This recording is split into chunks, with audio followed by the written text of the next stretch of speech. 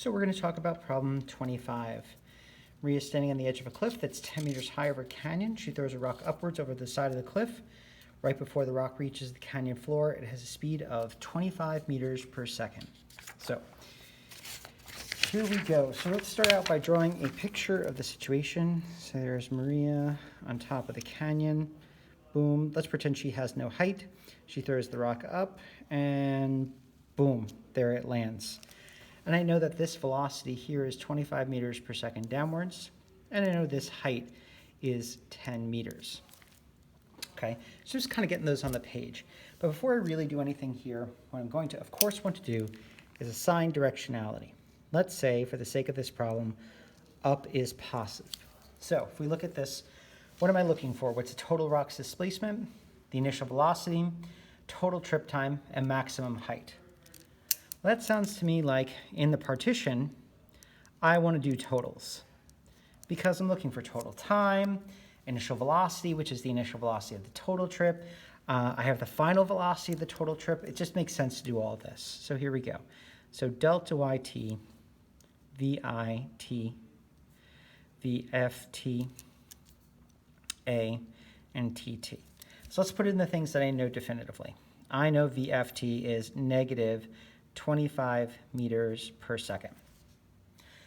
I also know the acceleration here is negative 9.8 meters per second per second.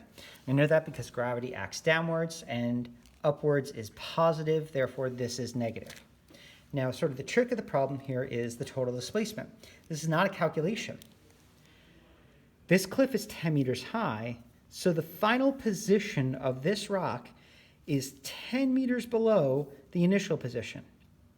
So the magnitude of this is 10 meters. But here's the thing. Since I said up is positive, and this ends up 10 meters below, the total displacement of this rock is negative 10 meters per second. If I said down is positive, that would have been a positive 10 meters. This would have been a positive 25 meters per second, and this would be in a positive 9.8 meters per second per second. But there you go. Trip up. Why do I care about the trip up? Well, I want to know what this position is. That's the D part of this problem. So delta y up, vi up.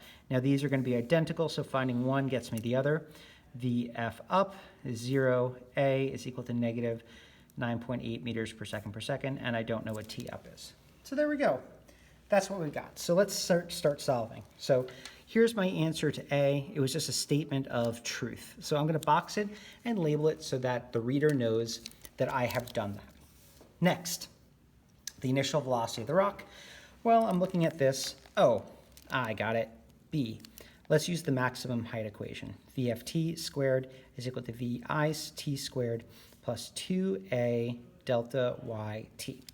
Right? That links the things I know to the things I want to know, so that's great. So negative 25 meters per second, quantity squared, vit squared plus 2 times negative 9.8 meters per second, and delta yt, which is negative 10 meters. So let's throw all that into our calculator. I'll just do a little intermediary work here. This is negative is a positive, okay, right? 625, 96. So 429 is vit squared. Vit is plus or minus the square root of that quantity, or plus or minus 20.7 meters per second. And I'm going to accept the positive root there because I know initially that vector, the velocity is going upwards. So positive 20.7 meters per second. So now I want to know the total time. So here we go. Let's do this the easy way. Vf t is equal to vit plus a tt. That's an isomorph of the a is equal to vf minus vi over t equation. I think this is just arranged nice. I don't like denominators, so I don't have to deal with them then. So here we go. A is negative 9.8 meters per second, t total. T total is equal to, well, subtract that over, so that becomes 45.7. Negative 45.7 divided by negative 9.8 gives us 4.66 as the total time. There we go. So I can put that down here, 4.66 seconds. Now, trip up, I am not going to say that time up is equal to 2.33 seconds, because that is false, right? We know that that is false because the total y displacement is not equal to 0 here. Let's not over extrapolate what is a shortcut for a very specific place. So let's find delta y up. That's not the answer to part D, by the way, but it's required in order to find it. So delta y up. Why don't we use, I don't know, now that I know this, it kind of makes sense to use the maximum height equation. So solving for delta y up would be this over 2a.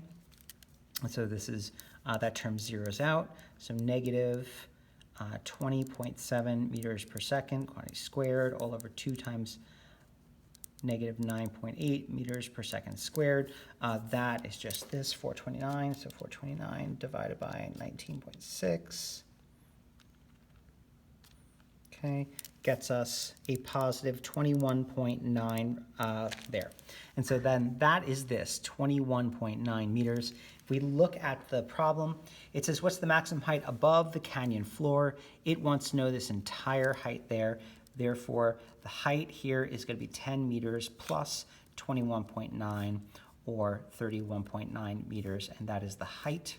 Great. And so there is that problem. Now, a couple of things on this. I do want to show, not that this would be an efficient solution, but I do want to show the quadratic equation for this. So delta yt is equal to vit tt plus 1/2 ayt squared. Right, just to see what this looks like. So delta yt would be negative 10 meters. Let's pretend we found this. Positive 20.7 meters per second, tt, plus 1/2 negative 9.8 meters per second, tt squared. We're going to put this in normal form. So it's negative 4.9 t squared plus 20.7 tt plus 10 comes over to the other side. So therefore, tt is going to be equal to negative 20.7 plus or minus the square root of the discriminant. So 20.7 quantity squared minus 4 times a, which is negative 4.9, c, there we go, all over 2 times negative 4.9, which is the a. Okay, cool. So tt is equal to negative 20.7 plus or minus. We throw all that into our calculator. Let's see what we get. 20.7 squared, and that minus minus is a plus, so plus 4 times 4.9 times 10. Okay, and then the square root of that.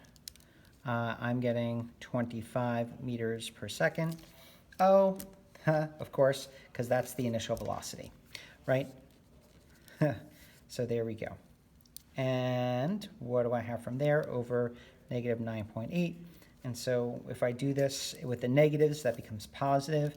And so that would be negative 20.7 plus or minus 25 divided by 9.8, which unshockingly gives us the 4.66 seconds. Or if I do 20.7 plus, so we've got 25 minus 20.7 divided by negative 9.8 gives us a negative 0.44 seconds. And like we talked about when we do the quadratic where you start above where you land, we only get one physical time. The reason is because there's only one time that this thing is 10 meters below where it started. Okay?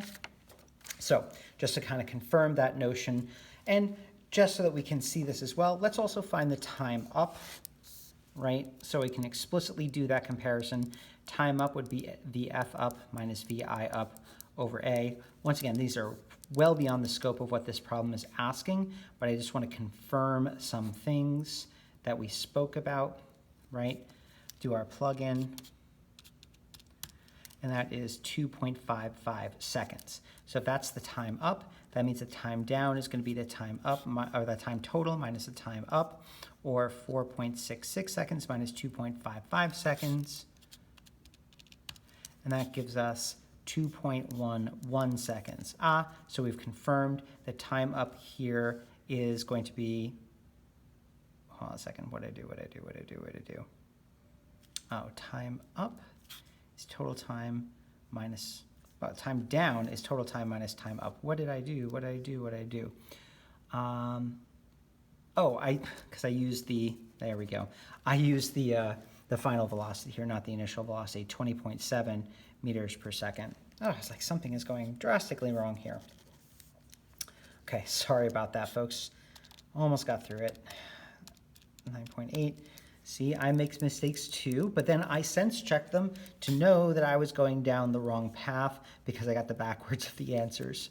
So the time down was greater than the time up, right? And sometimes those sense checks are exactly what keeps you from turning in wrong work. So there you go.